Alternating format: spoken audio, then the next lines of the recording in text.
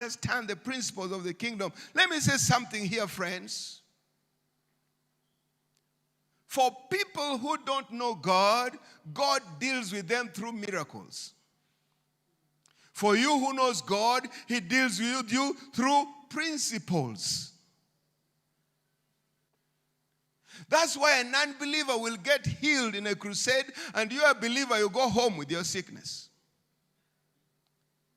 Because God will demonstrate a miracle to the non-believer to try to woo him and show him that God is here and God is powerful, so that he comes to this God. But you who already knows God, you follow principles. If you disobey the principles, you don't get it. Hello? Oh, I learned that painfully when I went to a crusade, Osborne Crusade in Kampala, 1984. I still remember, we went to Lugogo Indoor Stadium. The place was packed with people. The man of God came on the stage and began preaching. I'd never seen a place, miracles, real miracles taking place. I mean, people jumping off their wheelchairs and carrying the wheelchairs and going to make testimonies. I said, wow. And as people were giving testimonies, I had a hernia, which was disturbing me. And I went there, laying hands on myself and said, God, heal me. And miracles happen like popcorns. And people get healed. And one man who got healed of a hernia. Me, I was checking mine, it was still not healed. It was still paining me. And then the man gets on the stage and said, I had this kind of thing. It was disturbing me. It was swollen all here. And it has disappeared. And everybody is clapping. I check mine, it is still there. And the preacher says, are you saved? He said, no, I'm a Muslim. I got so jealous. How does a Muslim get healed? When me, born again, I walk away with my sickness. And that thing has been a question in my mind for years, until I've understood that the way God deals with a non-believer or the new believer is different from the way he deals with me. And friends, we need to know the truth, isn't it? Because we will end up deceiving ourselves. The truth is, he deals with the other people with miracles to bring them to himself. You, it is principle. If you want healing, it is on principle.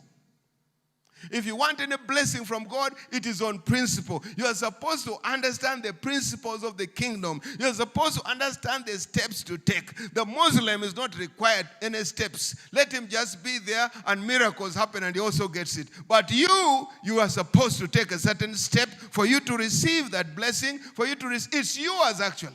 It is already yours. It is yours, but you need to understand it. You need to know what to do. You need to take the proper steps so that you get it properly. Hallelujah. It's just like in a home. When a visitor comes home, do you treat the visitor the same way you treat the children of the home? No, with the visitor, you welcome them nicely and show them where to sit. When your child comes back home, or a member of the family comes back home and opens the door, do you show him where to sit?